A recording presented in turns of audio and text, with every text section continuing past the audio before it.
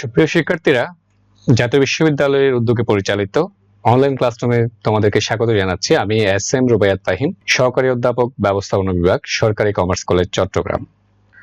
আজ আমাদের দ্বিতীয় ক্লাস। আমরা চলে যাচ্ছি সরাসরি ক্লাসরুমে। শিক্ষার্থীরা, গত ক্লাসে আমরা আলোচনা করেছিলাম অপারেশনস ম্যানেজমেন্ট কি এবং তার উদ্দেশ্য কি সে বিষয় নিয়ে। অপারেশনস ম্যানেজমেন্ট হচ্ছে কি? অপারেশনের ম্যানেজমেন্ট। অপারেশন মানে কি? অপারেশন মানে হচ্ছে ইনপুট, ট্রান্সফরমেশন, আউটপুট। এটাই হচ্ছে অপারেশন। আচ্ছা, তো এই অপারেশনটার কিছু অপারেশনে আমরা ম্যানেজমেন্ট অ্যাপ্লাই করব। কেন? কিছু উদ্দেশ্য অর্জনের জন্য। উদ্দেশ্যগুলো কি কি? এটা হচ্ছে QQTC, তাই না? Quality, quantity, time, cost. এটা অর্জনের জন্য যেটা করব সেটা হচ্ছে অপারেশনস ম্যানেজমেন্ট, তাই না? কিছু কিছু কাজ করতে হবে, কিছু ডিসিশন নিতে হবে, সেটা হচ্ছে আমাদের অপারেশনস ম্যানেজমেন্ট। আচ্ছা, তো এইবার আমরা দেখি যে অপারেশন ম্যানেজমেন্টের কাজ কি বা অপারেশন ম্যানেজমেন্টের আওতা কি। আচ্ছা, অপারেশন ম্যানেজমেন্টের কাজ কি বা আওতা কি এটা বলার জন্য আমরা বেশ কিছু পয়েন্ট বলতে পারি, দেখতে পারি। তবে আমার কাছে যেটা মনে হয়, আমি যেটা মনে করি সেটা হচ্ছে অপারেশন ম্যানেজমেন্টটা যদি তুমি ভালো করে বুঝতে পারো তাহলে তার কাজগুলো কি সেটাও তুমি বুঝতে পারবে এবং আরো বুঝতে পারবে সেটার আওতা বা পরিধি কতটুকু এরিয়া পর্যন্ত অপারেশন ম্যানেজমেন্ট যেতে পারে, মানে তার কাজের পরিধি কতটুকু, তার স্কোপ কতটুকু, সেটাও আমরা বুঝতে পারবো। আচ্ছা, সেটা বোঝার জন্য আমরা যেটা করতে হবে সেটা হচ্ছে আমরা দেখে আমরা অপারেশনসটাকে একটু আবার চিন্তা করি। তাহলে অপারেশনসটাকে কি ছিল তুমি জানো, যে সেটা ম্যাটেরিয়াল, মেশিন, সেগুলো ছিল আবার ইনপুট, তাই না? ইনপুট, ট্রান্সফর্ম, আউটপুট, এটাই হচ্ছে মূল কথা। এটাই শুধু মনে রাখবা ভাই।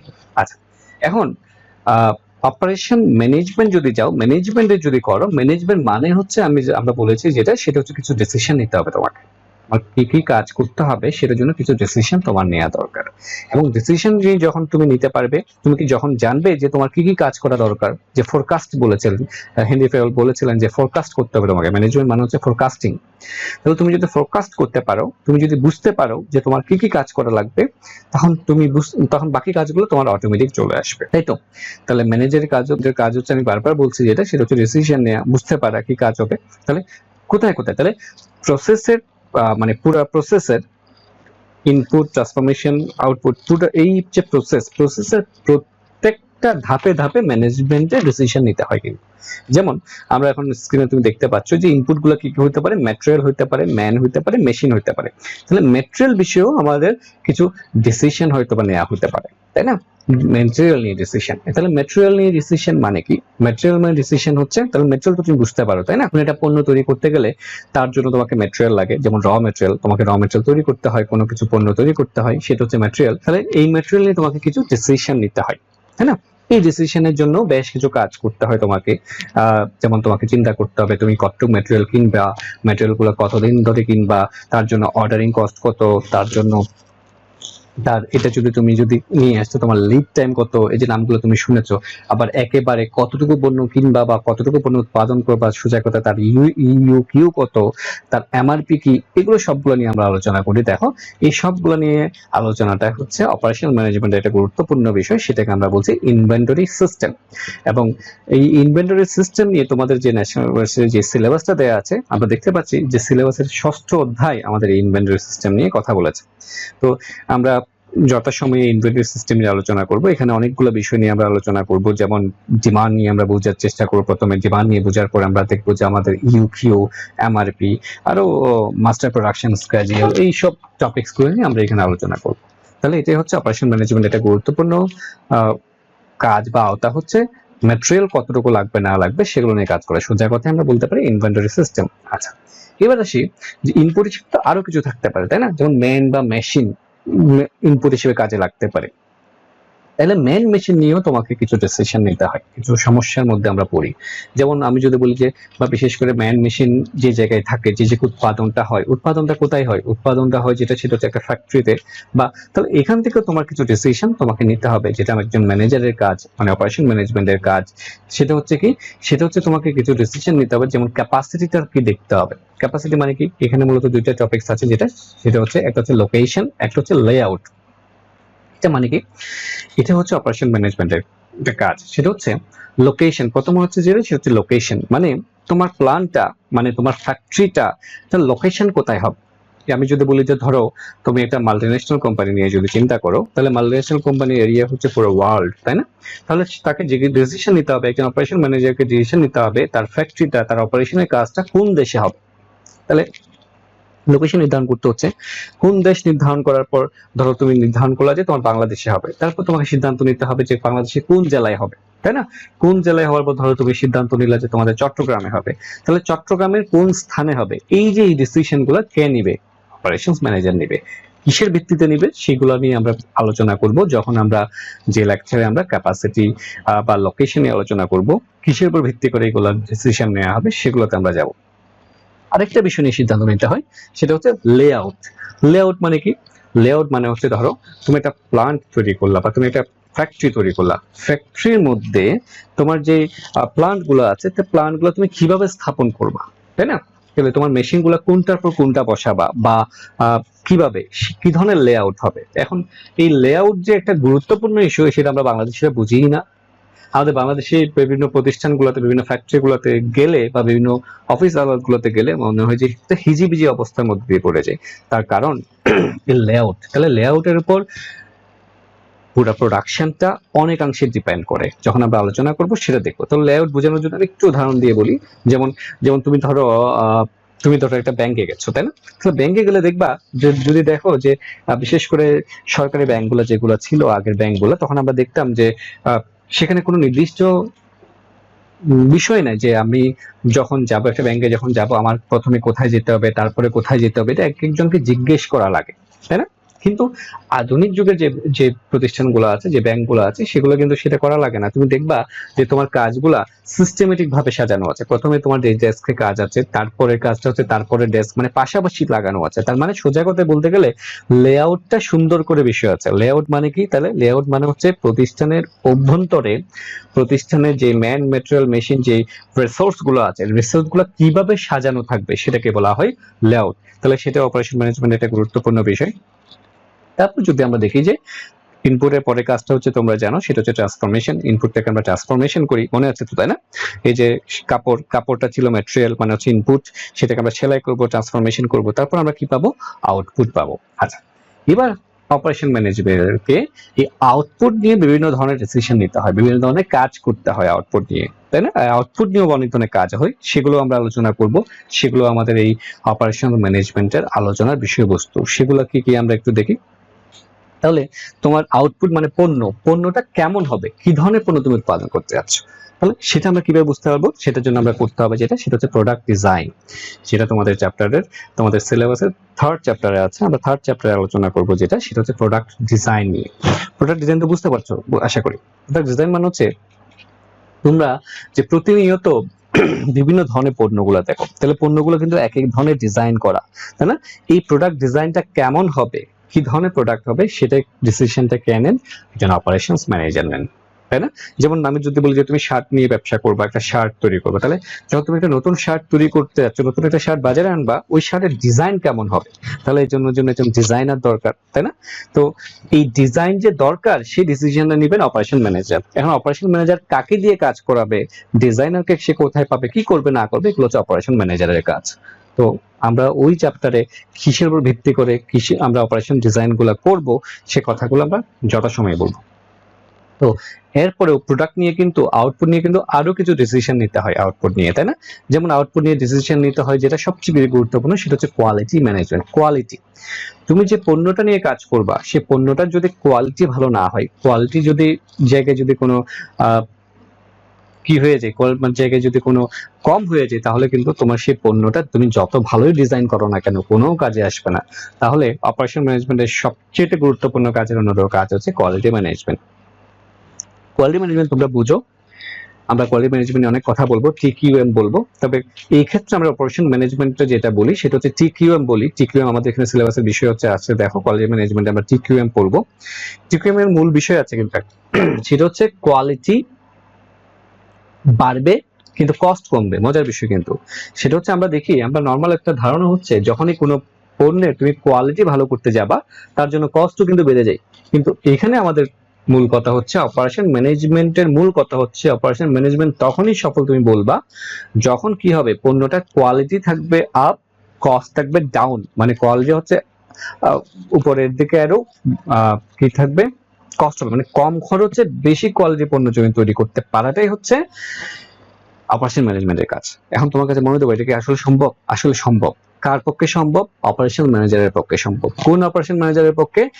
যে অপারেশন ম্যানেজার ম্যানেজমেন্টের যেই রুলস রেগুলেশন, যে কাজগুলো আছে, যে কনসেপ্ট গুলো আছে, যে থিওরিজ গুলো আছে, সেগুলো যে যত ভালোভাবে অ্যাপ্লাই করতে পারবে সেই কাজগুলো করতে সম্ভব। তার মানে আসলে আমরা দেখতে পাচ্ছি অপারেশন ম্যানেজমেন্টটা খুবই গুরুত্বপূর্ণ একটা বিষয়। অপারেশন ম্যানেজমেন্টটা নিয়ে যদি অপারেশন ম্যানেজারদের যদি অপারেশন ম্যানেজমেন্টের উপর প্রফেশনাল বিভিন্ন কোর্স করা থাকে, বিভিন্ন পড়া থাকে, তখন আমরা দেখতে পাবো উনি কি করতে পারবেন। ওনার পণ্যটা খুবই ভালো হবেন, কাস্টমারটা স্যাটিসফাই হবেন, আর কাস্টমার যদি স্যাটিসফাই হয় সেই ব্যবসা প্রতিষ্ঠানটা অবশ্যই সফলতার মুখ দেখবে। তবে এটা মজার বিষয় হচ্ছে যে টুলস এন্ড টেকনিক্স গুলো নিয়ে আমরা এখন কথা বলছি অপারেশন ম্যানেজমেন্টের, সেগুলো কিন্তু এত ভালো হয়েছে, এত ইফেক্টিভ বলে প্রমাণিত হচ্ছে, সেগুলো যে শুধুমাত্র ব্যবসা প্রতিষ্ঠানে অ্যাপ্লাই করা হচ্ছে বর্তমানে তা না। এটা কিন্তু বর্তমানে আমরা দেখতে পাচ্ছি এই অপারেশন ম্যানেজমেন্টের এই টুলস এন্ড টেকনিক্স গুলা বিভিন্ন ক্ষেত্রে, যে কোনো কাজের ক্ষেত্রে আমরা অ্যাপ্লাই করতে দেখছি। যাই হোক, আমরা এবার আরো কিছু কাজ আছে বা ডিসিশন আছে, যেমন ট্রান্সফরমেশন নিয়েও কিন্তু ম্যানেজারের কাজ আছে, অপারেশন ম্যানেজারের কাজ আছে, সে কিন্তু ডিসিশন নিতে হবে, তাই না? সেটা কি ট্রান্সফরমেশন মানে? তো বুঝো ট্রান্সফরমেশনটা কিভাবে হবে, তাই না?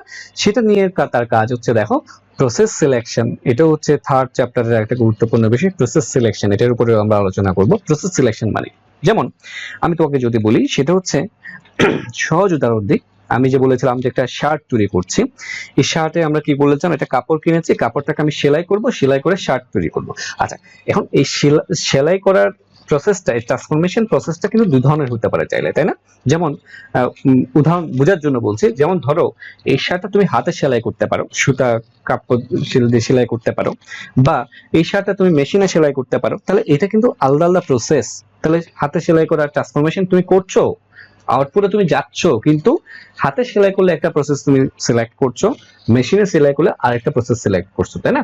যেমন আজকের দিনে আমরা অটোমেশনের দিকে যাই, অটোমেটেড প্রসেসে যাই, কিন্তু আমরা প্রসেস সিলেকশন পর্যায়ে বলবো। তবে এই প্রসেস সিলেকশনও অপারেশন ম্যানেজমেন্ট একটা গুরুত্বপূর্ণ বিষয়।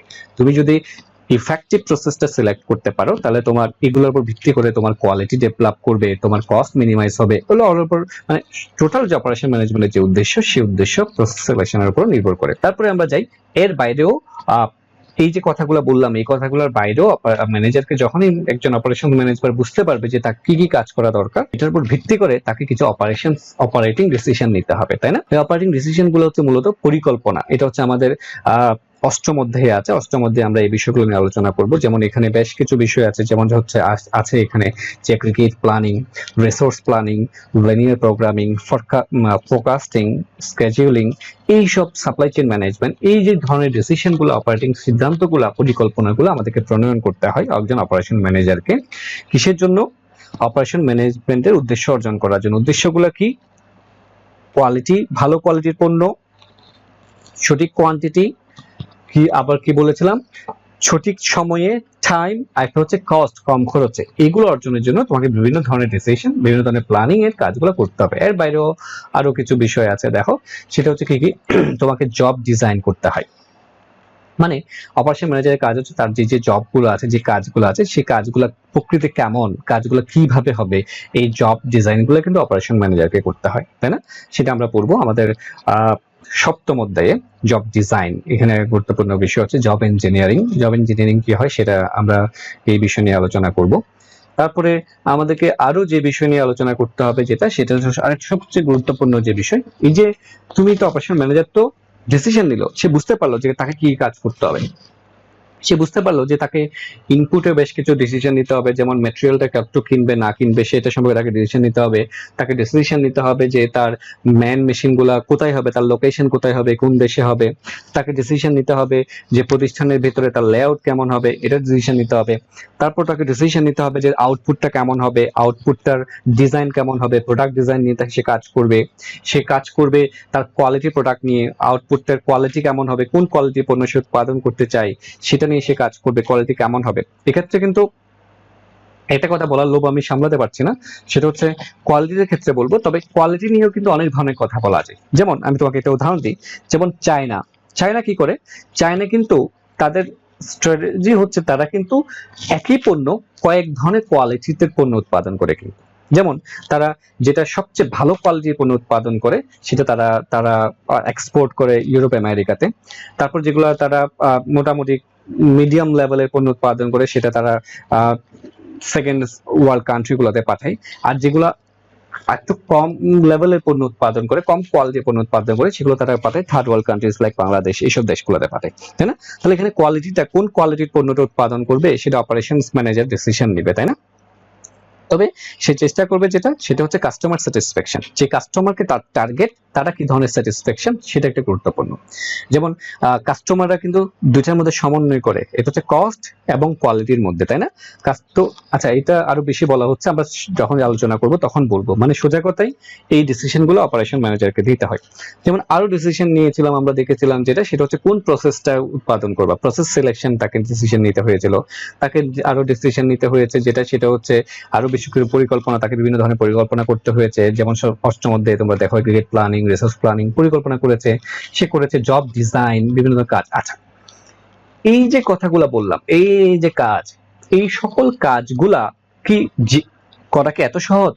এত সহজ যদি হয়ে যেত ভাই, তাহলে তো অপারেশনস ম্যানেজমেন্ট নিয়ে আমরা এত পড়াশোনা করার দরকার হতো না, তাই না? যে কোনো একজনকে দিলেই তো সে সব কাজগুলো করে ফেলতে পারে। তাহলে ভাই এটা কিন্তু সহজ না। এই যে কাজগুলোকে যদি পারফেক্টলি তুমি যদি করতে চাও, সঠিকভাবে যদি করতে চাও, তাহলে অপারেশনস ম্যানেজারকে স্পেশাল কোনো না কোনো স্ট্র্যাটেজি নিতে হয়। কি বললাম? স্ট্র্যাটেজি, কৌশল অবলম্বন করতে হয়, তাই না? যে ম্যানেজার যত সফল, তার কৌশলটা তত বেশি কাজে লাগে। প্রত্যেকে যে একই ধরনের স্ট্র্যাটেজি নেই তাই না, এক একজন একই ধরনের স্ট্র্যাটেজি নেই। সেই স্ট্র্যাটেজি গুলোকে বলা হয় অপারেশন স্ট্র্যাটেজি। এই অপারেশন ম্যানেজার যে স্ট্র্যাটেজি গুলো নেন সেগুলোকে বলা হয় অপারেশন স্ট্র্যাটেজি, তাই না? সেটা হচ্ছে, দেখো আমরা দেখতে পাচ্ছি যে সেটা হচ্ছে আমাদের দ্বিতীয় চ্যাপ্টারে। তার মানে আমরা এই অপারেশন ম্যানেজমেন্টটা কি সেটা সম্পর্কে আমার কাছে মনে হয় যে পুরো একটা আইডিয়া হয়ে গেছে। পুরো আইডিয়া হয়ে যাওয়ার অর্থ হচ্ছে আমাদের পুরো সিলেবাসটাও আমরা দেখে ফেলেছি। আমাদের পুরো সিলেবাসে অপারেশন ম্যানেজমেন্টের যেসব টুলস, টেকনিক্স গুলো আছে সবগুলো কভার করেছে। আর একটা বাকি আছে, সেটা হচ্ছে চ্যাপ্টার 9। তাহলে চ্যাপ্টার 9 এ কি লেখা আছে? চ্যাপ্টার 9 হচ্ছে অপারেশনস ম্যানেজমেন্ট ইন বাংলাদেশ। বাংলাদেশে কি ধরনের অপারেশনস ম্যানেজমেন্ট অ্যাপ্লাই করা হচ্ছে বর্তমানে, সেটা সম্পর্কে আমরা আলোচনা করব যে নবম অধ্যায়ে গিয়ে। তবে আমি তোমাদেরকে একটু করে বলে রাখি, বাংলাদেশে অপারেশনস ম্যানেজমেন্টের জন্য খুব একটা টুলস টেকনিক্স গুলো আগে ফলো করা হতো না ঠিকভাবে। তবে এখন আমরা খুব মজার খবর বা খুব আশার জায়গা নিয়ে খবর যেটা, সেটা হচ্ছে বর্তমানে যেসব প্রতিষ্ঠানগুলো আছে, বিশেষ করে প্রাইভেট সেক্টর, যে মাল্টিনেশনাল কোম্পানি তো বটেই, বাংলাদেশের যে প্রাইভেট সেক্টরে যে প্রতিষ্ঠানগুলো, বিজনেস অর্গানাইজেশন গুলো আছে, সেগুলো অপারেশনস ম্যানেজমেন্টের যে টুলস, টেকনিক্স, থিওরিস আমরা যেগুলো এতক্ষণ ধরে যে কথাগুলো বললাম, প্রত্যেকটাই সেখানে অ্যাপ্লাই করা হচ্ছে। এবং সেখানে এই যে অপারেশন ম্যানেজমেন্টের যে লেটেস্ট যে টুলস গুলো আসছে, সেই প্রত্যেকটা টুলসও সেখানে অ্যাপ্লাই করছে। তো সেই চ্যাপ্টারে গিয়ে আমরা সেগুলো আলোচনা করব। তো আমার কাছে মনে হয় যে আমরা অপারেশনস ম্যানেজমেন্ট সম্পর্কে, এই যে ফাংশনস অফ অপারেশন ম্যানেজমেন্ট, তাহলে ফাংশনস অফ অপারেশন ম্যানেজমেন্টটা কি সেটা সম্পর্কে আমাদের অনেকটুকু আইডিয়া হয়ে গেছে। তাহলে কিভাবে আমি বুঝবো? আমি বুঝবো শুধু অপারেশনস তুমি বুঝবা। তাহলে অপারেশনের প্রত্যেকটা জায়গায়, প্রত্যেকটা ধাপে ম্যানেজারকে কিছু কাজ করতে হয়, সেটাই হচ্ছে ফাংশনস অফ অপারেশনস ম্যানেজমেন্ট।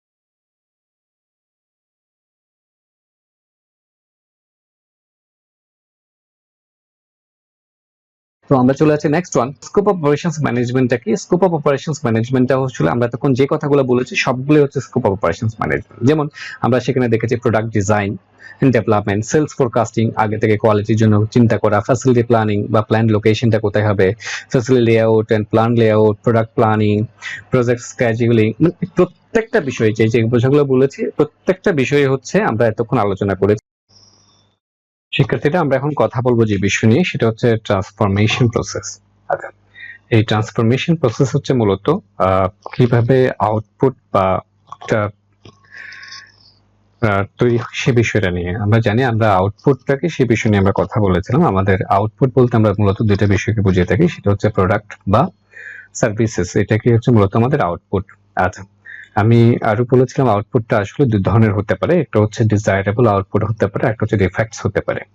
তো ডিজায়ারেবল আউটপুট মানে হচ্ছে আমি যে পণ্যটা বা সেবাটা উৎপাদন করতে চাচ্ছি, সেটা যদি উৎপাদিত হয় সেটাকে আমরা বলা হয় ডিজায়ারেবল আউটপুট। আর সেটা যদি নষ্ট হয়ে যায়, ঠিক সেভাবে হতে না পারে, সেটাকে আমরা বলি যে ডিফেক্টস। আচ্ছা, যাই হোক, এইটা একটা টোটাল একটা প্রক্রিয়ার মধ্য দিয়ে সেটা সাধারণত এই ট্রান্সফরমেশন প্রসেসটা আমরা দেখি, যেখানে প্রথমে আমরা ইনপুট হিসেবে কিছু ম্যান ম্যাটেরিয়াল মেশিন সাধারণত এগুলোকে আমরা ইনপুট হিসেবে দিই, এবং সেটাকে ট্রান্সফরমেশন একটা প্রসেস থাকে, এটা কোনো না বিভিন্ন মাধ্যমে বিভিন্ন ধরনের পদ্ধতি তেই সেটা যেটা প্রসেসের মাধ্যমে সেটা ট্রান্সফর্ম হয়, একটা ভ্যালু অ্যাড হয়, ভ্যালু অ্যাড হয়ে সেটা যেটা দেখি সেটা হচ্ছে আউটপুটে পরিণত হয়। এটাই হচ্ছে একটা ট্রান্সফরমেশন প্রসেস। তো আমরা এই ট্রান্সফরমেশন প্রসেসে যদি আমরা আরো একটু ভালো করে দেখি, সেখানে আমরা দেখতে পাচ্ছি ইনপুট হিসেবে বিভিন্ন ধরনের রিসোর্স আমরা মূলত ইনপুট হিসেবে ইউজ করি। তার মধ্যে অন্যতম হচ্ছে land, people, capital, information, materials, এই সবগুলো আমরা ইনপুট হিসেবে ব্যবহার করি। এর বাইরেও আরো অনেকগুলো হতে পারে, এগুলোই সাধারণত মূলত আমরা ব্যবহার করে থাকি। এরপরে ট্রান্সফরমেশন বা কনভার্সন একটা প্রসেস চলে। এই প্রসেসের মাধ্যমে আমরা মূলত যেটা করি সেটা হচ্ছে ভ্যালু অ্যাড করি। পরিশেষে আমরা যেটা দেখি সেটা হচ্ছে আউটপুট আমরা পাই গুডস বা সার্ভিসেস। আচ্ছা, ভ্যালু অ্যাড কিভাবে করে সেটা যদি আমি বলি, আমি প্রথম থেকে যে উদাহরণটা শুরু করেছিলাম সেটা দিয়ে মূলত সব উদাহরণ যাই। সেটা হচ্ছে আমরা বলেছিলাম যে একটা কাপড় দিয়ে আমরা একটা শার্ট তৈরি করছি। তাহলে দেখো যে প্রথমে কাপড় ছিল, এটা ছিল কাপড়ের ভ্যালু ছিল মূলত যারা কাপড় কিনবে তাদের জন্য, যাদের কাছে শার্ট লাগবে, শার্ট পরতে চায়, কাপড় করতে চায়, তাদের কাছে কিন্তু কাপড়ের কোনো ভ্যালু ছিল না। তো এই কাপড়টা ট্রান্সফরমেশনের মধ্যে দিয়ে সেলাই করার পর যাদের কাছে শার্টের নিড বা ডিমান্ড ছিল তাদের কাছে কিন্তু এটার ভ্যালু তৈরি হলো। তাহলে আমরা এটার মাধ্যমে আমরা বলতে পারি সেটা হচ্ছে ট্রান্সফরমেশন বা কনভার্সন প্রসেসের মাধ্যমে ভ্যালু অ্যাড হয়ে থাকে। তারপর আমরা আউটপুট পাই। এই আউটপুটের পরও আমরা আরো কিছু কাজ হয়, সেটা হচ্ছে আমরা এটার মাধ্যমে আমরা অনেক সময় ফিডব্যাক দিই। ফিডব্যাক দেওয়ার পর অনেক সময় পণ্যটাকে যদি সে ধরনের ভালো পণ্য না হয় তখন সেটাকে আমরা রি-ইঞ্জিনিয়ারিং করি। তাহলে এটা হচ্ছে ট্রান্সফরমেশন প্রসেস। ট্রান্সফরমেশন প্রসেসে মূলত আমরা তো ইনপুট, ট্রান্সফরমেশন, আউটপুট, এটার সাথে আমি আরেকটা বিষয় অ্যাড করলাম, সেটা হচ্ছে আউটপুটটা যদি আমি কোনো পরিবর্তন চাই, মানে যে ধরনের আউটপুট আমি চেয়েছিলাম, তাও আমরা সেখান থেকে কিছু ফিডব্যাক দিই। ফিডব্যাকের ভিত্তিতে অপারেশন ম্যানেজার যে করে সেটা হচ্ছে পণ্যটা উনি কি করতে পারেন, রি-ইঞ্জিনিয়ারিং করেন। রি-ইঞ্জিনিয়ারিং করা মানে হচ্ছে পণ্যটা কিছুটা পরিবর্তন করেন, ওনার কিছু বৈশিষ্ট্যগত উনি পরিবর্তন করার চেষ্টা করেন। রি-ইঞ্জিনিয়ারিং নিয়ে আমরা আমাদের টপিকস আছে, আমরা সেই যথাসময়ে আলোচনা করব। ওকে, আমরা চলে যাচ্ছি নেক্সট বিষয়ে, সেটা হচ্ছে আমাদের লাইফ সাইকেল অ্যাপ্রোচ। তো এক্ষেত্রে আমি বলি সেটা হচ্ছে লাইফ সাইকেল অ্যাপ্রোচ নিয়ে আমি বিস্তারিত কথা বলবো আমাদের প্রোডাক্ট ডিজাইন নিয়ে, যখন আবার যে লেকচারটা দেবো সেখানে আমরা লাইফ সাইকেল অ্যাপ্রোচ নিয়ে বিস্তারিত কথা বলবো।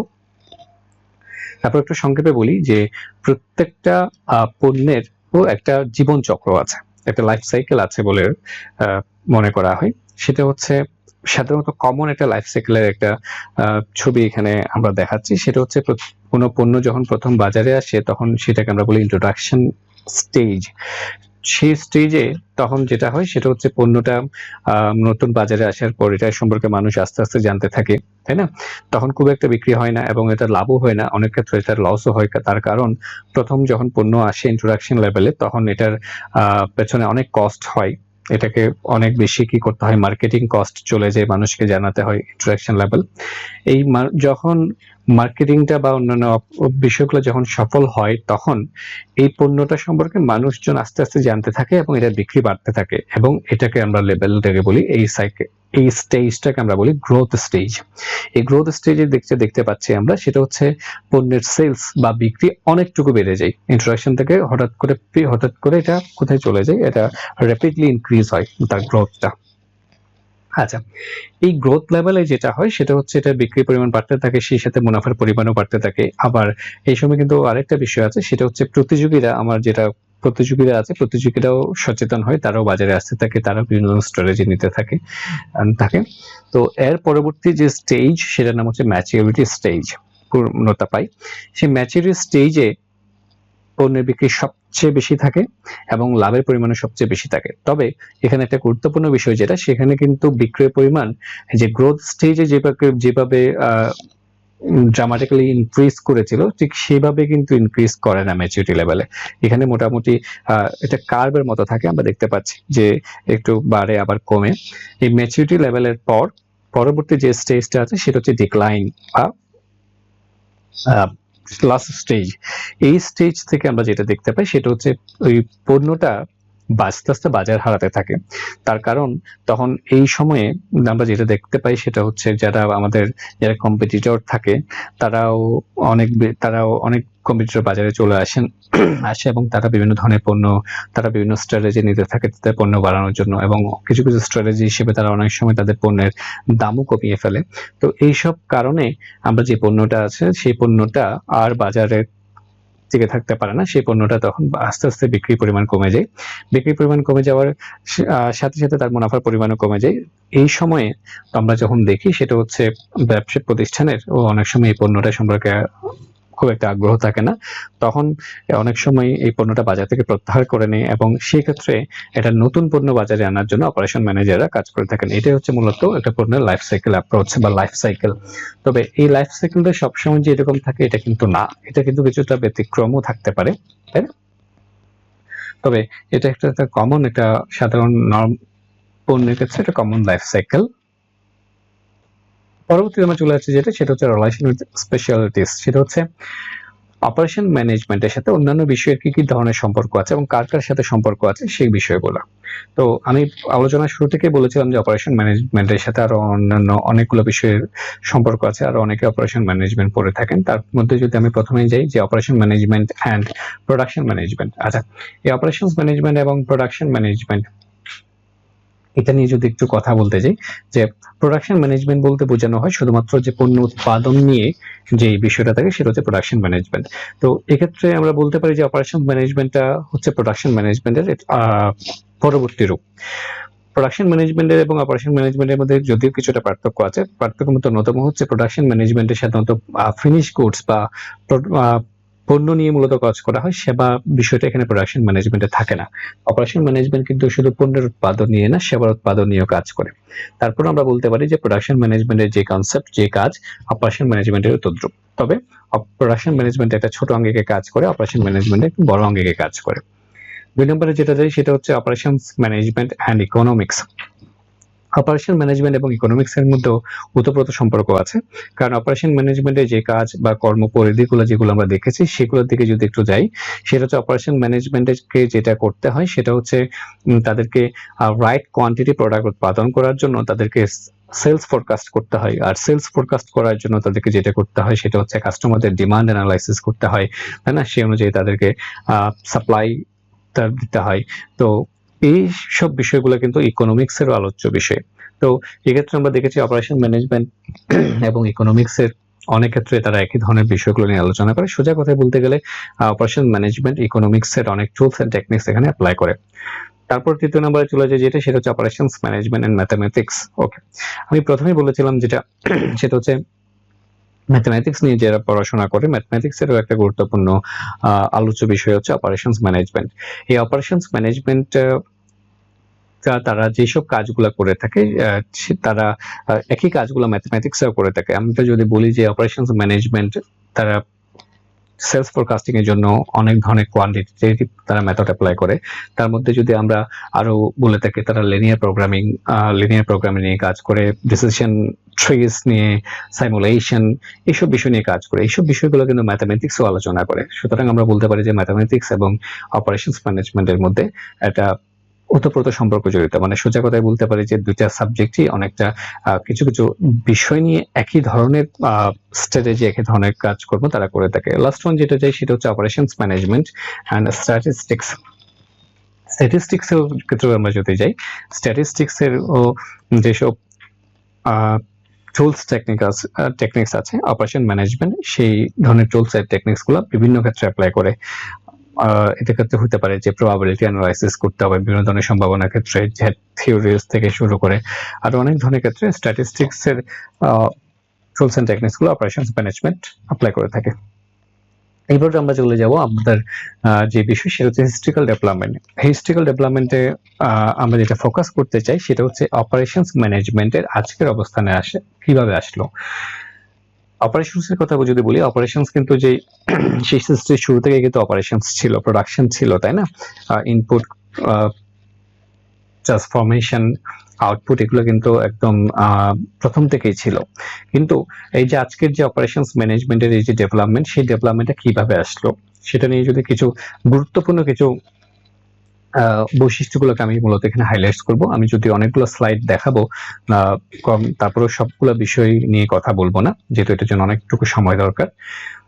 মূলত গুরুত্বপূর্ণ বৈশিষ্ট্যগুলো যদি বলি, প্রথম যেটা আছে সেটার নাম হচ্ছে ইন্ডাস্ট্রিয়াল রেভলিউশন। আমরা জানি যে ইন্ডাস্ট্রিয়াল রেভলিউশনটা হচ্ছে পুরা ওয়ার্ল্ড অর্ডারে অনেকটুকু পরিবর্তন নিয়ে এসেছিল। তার মধ্যে সবচেয়ে যেটা বেশি পরিবর্তন এনেছিল সেটা হচ্ছে ম্যানুফ্যাকচারিং প্রসেসে, সোজা কথায় অপারেশনস ম্যানেজমেন্টে। আজকের যে অপারেশনস ম্যানেজমেন্ট আমরা পড়ছি সেটা হয়তো বা পুরা লাগতো না যদি ইন্ডাস্ট্রিয়াল রেভলিউশন না হতো। কারণ ইন্ডাস্ট্রিয়াল রেভলিউশনে কি হয়েছিল আমরা দেখেছিলাম, সেখানে আমরা দেখেছিলাম বেশ কিছু যন্ত্র আবিষ্কার হয়েছিল। তো এই যন্ত্র আবিষ্কারগুলো হওয়ার ফলে আমরা যেটা দেখি সেটা হচ্ছে উৎপাদন হঠাৎ করে অনেকটুকু বেড়ে যায়। উৎপাদন যখন ব্যাপক বেড়ে যায় তখন অপারেশনস ম্যানেজমেন্ট নিয়ে তখন অপারেশন ম্যানেজমেন্টকে নিত্য নতুন বিষয় নিয়ে, নিত্য নতুন দিক নিয়ে তাদের আলোচনা করা, গবেষণা করা দরকার পড়ে। তার ফলশ্রুতিতেই আজকের এই অপারেশনস ম্যানেজমেন্টের উৎপত্তি। তারপরে আমরা যেটা দেখি সেটা হচ্ছে ট্রান্সপোর্টেশন রেভলিউশন। এই ইন্ডাস্ট্রিয়াল রেভলিউশনে একটা যন্ত্র আবিষ্কার হয়েছিল, তার ফলশ্রুতিতে সেই অপারেশন ম্যানেজমেন্টের অপারেশনের জগতে যে ডেভেলপমেন্ট আসছিল সেটাকে আরো অনেক দূর বাড়িয়ে দেয় ট্রান্সপোর্টেশন রেভলিউশন। এই ট্রান্সপোর্টেশন রেভলিউশনের মাধ্যমে আমরা যেটা দেখেছিলাম সেটা হচ্ছে আমরা নৌপথ, স্থলপথ বিভিন্ন ধরনের আর যোগাযোগ ব্যবস্থা প্রভূত উন্নতি সাধিত হয়েছিল।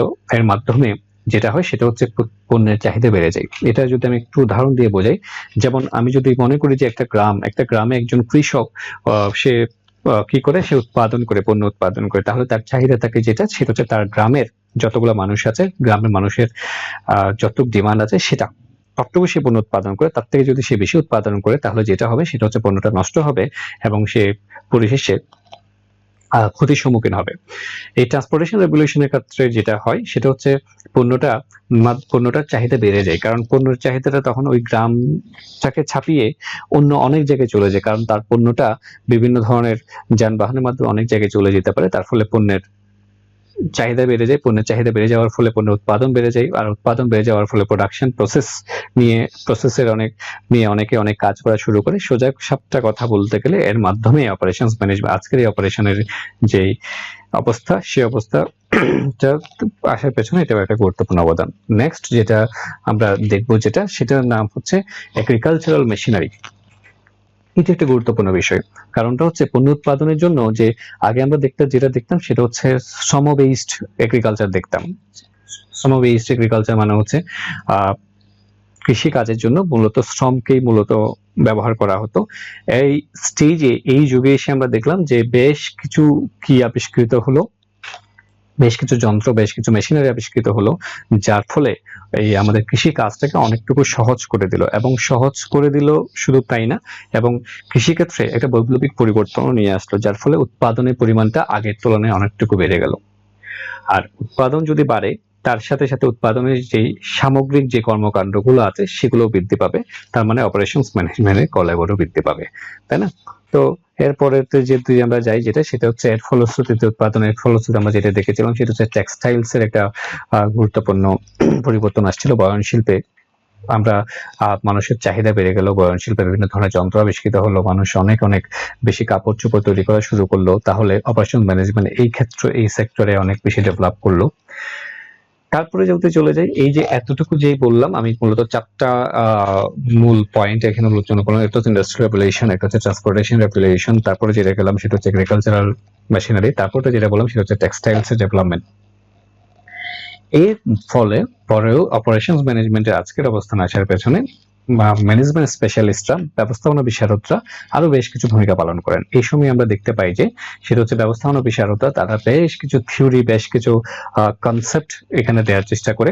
এই ম্যানেজমেন্টের থিওরি কনসেপ্টগুলো যখন প্রোডাকশন সেক্টরে অ্যাপ্লাই করা শুরু হলো তখন প্রোডাকশন ম্যানেজমেন্ট বা অপারেশনস ম্যানেজমেন্টটাকে অনেকটুকু পরিবর্তন হয়ে গেল। তো আমি ম্যানেজমেন্ট থিওরি টেকনিকগুলো আমি সবগুলো বলবো না, শুধুমাত্র একটু নামগুলো বলে যাই যাতে তোমরা যারা স্লাইডটা দেখছো যারা এই সম্পর্কে যাতে একটু আইডিয়া হয় এই জন্য। যেমন এক্ষেত্রে বলা যায় প্রথমে সায়েন্টিফিক ম্যানেজমেন্টের কথা, তোমরা জানো ফ্রেডরিক উইনস্লট টেইলর এই সায়েন্টিফিক ম্যানেজমেন্টের প্রবক্তা। তারপরেও আরো বেশ কিছু ব্যবস্থাপনা বিশারদ এই সায়েন্টিফিক ম্যানেজমেন্টের ডেভেলপমেন্টের জন্য কাজ করেছিলেন। এরপরে যেটা যাই সেটা হচ্ছে যে হেনরি ফোর্ড, আরো যারা ছিলেন, হেনরি গ্র্যান্ট, ফ্রাঙ্কলিন, গিলবার্ট, এরা সবাই কি করেছিলেন, এই ব্যবস্থাপনা বেশ কিছু থিওরি দিয়েছিলেন যেগুলো ডেভেলপমেন্টের জন্য কাজ করেছিল। এরপর আমরা চলে যাই যেটা সেটা হচ্ছে ম্যাক্স ওয়েবার, হেনরি ফেওল। এরপর এই যে কিছু থিওরিস এর কথা এখানে একবার দেখানোর চেষ্টা করলাম। আমি মূলত ব্যবস্থাপনা প্রথমে যেটা দেখালাম সেটা হচ্ছে প্রোডাকশনের যে ডেভেলপমেন্ট, তারপরে আমরা এখন যেটা দেখাচ্ছি সেটা হচ্ছে ব্যবস্থাপনার যে ডেভেলপমেন্ট, ব্যবস্থাপনা যে থিওরিটিক্যাল যে ডেভেলপমেন্টটা আসছে সেটা। কারণ অপারেশন ম্যানেজমেন্ট হচ্ছে কিন্তু অপারেশনস মানে হচ্ছে প্রোডাকশনস বা অপারেশনস এবং ম্যানেজমেন্ট দুইটা কিন্তু সমন্বিত রূপ, দুইটার কিভাবে ডেভেলপমেন্টে আসলো সেটাই আমি এখানে মূলত দেখানোর চেষ্টা করছি। তো তারপরে যেটা দেখলাম সেটা হচ্ছে ট্রানজিশনাল থিওরিজ। এই থিওরিজ গুলোর সাথে কোন কোন ব্যবস্থাপনা বিষয় জড়িত সেগুলোর নামগুলো আমি এখানে একটু দেখানোর চেষ্টা করেছি। তারপর হচ্ছে বিহেভিয়ারাল স্কুল, ইন্ডাস্ট্রিয়াল সাইকোলজি, এইগুলো ডেভেলপমেন্ট আসলো। অ্যালটন মেয়োরা এখানে গুরুত্বপূর্ণ ভূমিকা পালন করেছেন, তোমরা সবাই জানো। তারপর আমরা যেটা সেটা হচ্ছে কোয়ান্টিটেটিভ স্কুল, ইন্টিগ্রেটেড থিওরি, এগুলো সবগুলা contingency theory, excellence theory. Management আসলে অনেকগুলো থিওরি আছে, তোমরা জানো। এই এত বেশি থিওরি দেওয়ার জন্য হেনরি কোনজ একটা কমেন্ট করেছিলেন, খুব মজার একটা কমেন্ট। সেটা হচ্ছে উনি বলেছিলেন ব্যবস্থাপনাকে তথ্য জঙ্গল বলেছিলেন, থিওরি জাঙ্গল বলেছিলেন। বলেছিলেন যে এত বেশি থিওরি যে ম্যানেজমেন্টের যে আসলে কোন থিওরি কখন অ্যাপ্লাই করতে হবে এটা নিয়ে অনেক সময় মানুষ কনফিউশনে পড়ে যায়, ব্যবস্থাপনা বিশারদরা বা ম্যানেজাররা কনফিউশনে পড়ে যায়। তবে আমি যেটা বলে থাকি সেটা হচ্ছে আজকের দিনের যে ওয়ার্ল্ড অর্ডার, আজকের দিনে যে প্রোডাকশনের যে ডেভেলপমেন্ট, আজকের দিনে যে বিজনেসের যে ডেভেলপমেন্ট, এই ডেভেলপমেন্টের পেছনে কিন্তু ম্যানেজমেন্টের এই প্রত্যেকটা থিওরি একটু একটু করে কিন্তু অবদান রেখেছে। এই ম্যানেজমেন্টের এতগুলো থিওরি ডেভেলপমেন্টের কারণেই কিন্তু আজকে আমরা এই যে মানে কি বলবো, প্রোডাকশনের এত শীর্ষে বা বিজনেস ডেভেলপমেন্টের এত শীর্ষে অবস্থান করতে পারছি। তো সেগুলো সম্পর্কে আমরা একটু জেনে নেওয়ার চেষ্টা করব। এরপর চলে আসছে যেটা সেটা হচ্ছে টোটাল কোয়ালিটি ম্যানেজমেন্ট। অপারেশন ম্যানেজমেন্টের ক্ষেত্রে আরেকটা গুরুত্বপূর্ণ বা লেটেস্ট একটা গুরুত্বপূর্ণ অবদান হচ্ছে যেটা সেটা হচ্ছে total quality management, TQM. TQM এর মূল কনসেপ্ট আমি একটু করে বলি। টিকিউএম এর মূল কনসেপ্টটা হচ্ছে এখানে কোয়ালিটিটা নিশ্চিত করতে হবে কিন্তু কস্ট কমাইতে হবে। এটা জেনারেল একটা আইডিয়া হচ্ছে কোয়ালিটি যদি তুমি এনশিওর করতে চাও তাহলে কস্টও ইনক্রিজ করে, কিন্তু টিকিউএম এর কনসেপ্ট হচ্ছে জাস্ট অপোজিট, মানে এখানে কম কস্টে কোয়ালিটি বাড়ানো, সেটা হচ্ছে টিকিউএম এর মূল প্রিন্সিপাল। তো এই টিকিউএম আসার পরে প্রোডাকশন ম্যানেজমেন্টের অনেক ডেভেলপমেন্ট হয়ে আমরা অপারেশনস ম্যানেজমেন্টে কনভার্ট করলাম এবং অপারেশন ম্যানেজমেন্ট আজকের অবস্থানে আছে। এরপরও আমরা যেটা দেখি সেটা হচ্ছে এরপরও আরো কিছু ডেভেলপমেন্ট আসছে। আমরা দেখি যে সাপ্লাই চেইন ম্যানেজমেন্ট আসছে বর্তমানে। সাপ্লাই চেইন ম্যানেজমেন্ট, যদি আমরা সাপ্লাই চেইন ম্যানেজমেন্ট নিয়ে বিস্তারিত আলোচনা করবো, আমাদের সিলেবাসের একটা পার্ট আছে সাপ্লাই চেইন ম্যানেজমেন্ট। তো আমরা দেখতে পেলাম যে এইভাবে আজকের অপারেশনস ম্যানেজমেন্ট অনেক পথ পাড়ি দিয়ে আজকের ডেভেলপমেন্ট অবস্থায় আসছে এবং অপারেশন ম্যানেজমেন্টের গুরুত্ব কিন্তু সে প্রথম দিন যেমন ছিল আজকের দিনেও কিন্তু ততটুকু আছে এবং অনেকটুকু বৃদ্ধিও পেয়েছে এবং সামনে যতদিন যেতে থাকবে আমরা বিশ্বাস করি, আমরা মনে করি যে অপারেশন ম্যানেজমেন্টের গুরুত্ব এবং তার ক্ষেত্র ততটুকু বেড়ে যাবে। তো এই জন্য যারা শিক্ষার্থীরা যারা শুনছো আমি তাদেরকে বলবো যে অপারেশনস ম্যানেজমেন্টটা একটু ভালো করে বোঝার চেষ্টা করবে, যে কনসেপ্ট গুলা আছে সেগুলো একটু জানার চেষ্টা করবে। যদি জানো তাহলে তুমি যেটা করতে পারবে সেটা হচ্ছে ভবিষ্যতে হয়তোবা এই অপারেশন ম্যানেজমেন্টের কনসেপ্টটা তোমার কর্মজীবনে অনেকটুকু সহায়ক হবে বলে আমি বিশ্বাস করি। তো এই ছিল আমাদের আজকের এই আলোচনা। আমরা এই দুইটা লেকচারে আমরা যেটা করলাম সেটা হচ্ছে অপারেশনস ম্যানেজমেন্টটা কি এটা বোঝার চেষ্টা করেছি, অপারেশন কি এবং ম্যানেজমেন্ট কি এটা বোঝার চেষ্টা করেছি, অপারেশন ম্যানেজমেন্টের উদ্দেশ্য কি সেগুলো বোঝার চেষ্টা করেছি। এরপরে আমরা অপারেশন ম্যানেজমেন্টের কাজ, স্কোপ, অপারেশন ম্যানেজমেন্টের আরো কিছু বিষয় নিয়ে আলোচনা করেছি, যেমন আমরা বলেছি ট্রান্সফরমেশন প্রসেসটা কি সেটা নিয়ে একটু কথা বলেছি, যে প্রোডাক্ট লাইফ সাইকেলটা কেমন হতে পারে সেটা নিয়ে একটু আলোচনা করেছি। অপারেশন ম্যানেজমেন্টের সাথে অন্যান্য বিষয়ের কি কি সম্পর্ক, কাদের সাথে সম্পর্ক আছে সেগুলো নিয়ে কথা বলার চেষ্টা করেছি। আর পরিশেষে যেটা বলেছি সেটা হচ্ছে অপারেশন ম্যানেজমেন্টের হিস্ট্রি, অপারেশন ম্যানেজমেন্টে কিভাবে আজকের অবস্থানে আসলো সেটা। তো আশা করি তোমরা প্রত্যেকটা বিষয় বুঝতে পেরেছো এবং তোমরা আরো চেষ্টা করবে এই বিষয়ে আরো পড়াশোনা করার জন্য। আগামী ক্লাসে আমরা যে বিষয় নিয়ে আলোচনা করব সেটা হচ্ছে আমরা দ্বিতীয় অধ্যায় নিয়ে আলোচনা করব, সেটা হচ্ছে নাম হচ্ছে অপারেশন স্ট্র্যাটেজি। সেটা খুবই একটা গুরুত্বপূর্ণ চ্যাপ্টার, আমরা আগেই বলেছি যে স্ট্র্যাটেজিটা সম্পর্কে বুঝতে হবে। তো সবাইকে আমি আমন্ত্রণ জানাচ্ছি সে আমাদের নেক্সট ক্লাস দেখার জন্য। সেই অনুযায়ী সবাই ভালো থাকো, সুস্থ থাকো, অবশ্যই যেটা বলবো সেটা হচ্ছে স্বাস্থ্যবিধি মেনে চলো। Thank you.